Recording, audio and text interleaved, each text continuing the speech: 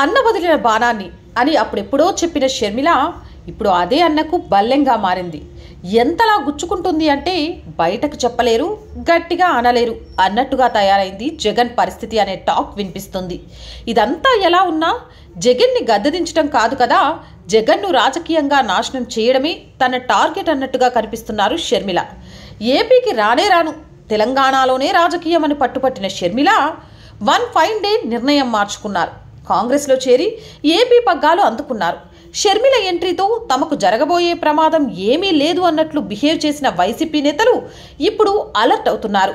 ఒకరి తర్వాత ఒకరు షర్మిలను టార్గెట్ చేస్తున్నారు. ఎవరి తీరు ఎలా ఉన్నా షర్మిల మాత్రం పక్కా టార్గెట్తో ముందుకు వెళ్తున్నట్లు కనిపిస్తున్నారు.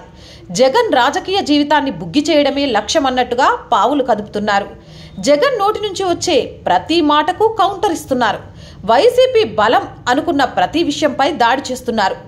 అందరూ అనుకున్నట్టు జగన్ మంచోడే కాదని అంటున్న షర్మిల అసలు నువ్వు వైఎస్ బిడ్డవేనా అంటూ సీఎంని టార్గెట్ చేస్తూ కొత్త చర్చకు కారణమయ్యేలా చేస్తున్నారు. జగన్ ముఖ్యమంత్రి కావడంలో వైఎస్ అనే పేరుది కీలక పాత్ర అనడంలో ఎలాంటి అనుమానమూ లేదు.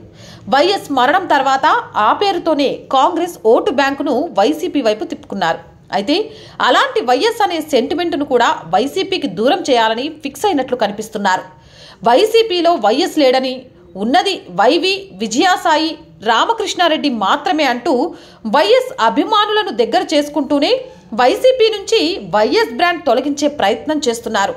ఇక దోచుకుంటున్నారు, దాచుకుంటున్నారు అంటూ జగన్ది మొత్తం అవినీతి అని చెప్పే ప్రయత్నం చేస్తున్నారు షర్మిల.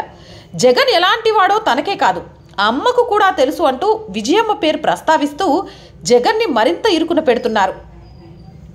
ఎలా ఉండేవారు, ఎలా అయిపోయారనే కామెంట్లతో సింపతి సాధించడంతో పాటు స్ట్రైట్ ప్రశ్నలు సంధిస్తూ జగన్ వైసీపీని మరింత లక్ష్యంగా చేసుకున్నారు షర్మిల. జగన్ షర్మిలల మధ్య ఏం జరిగింది అన్న దానిపై ఇప్పటికీ క్లారిటీ లేదు.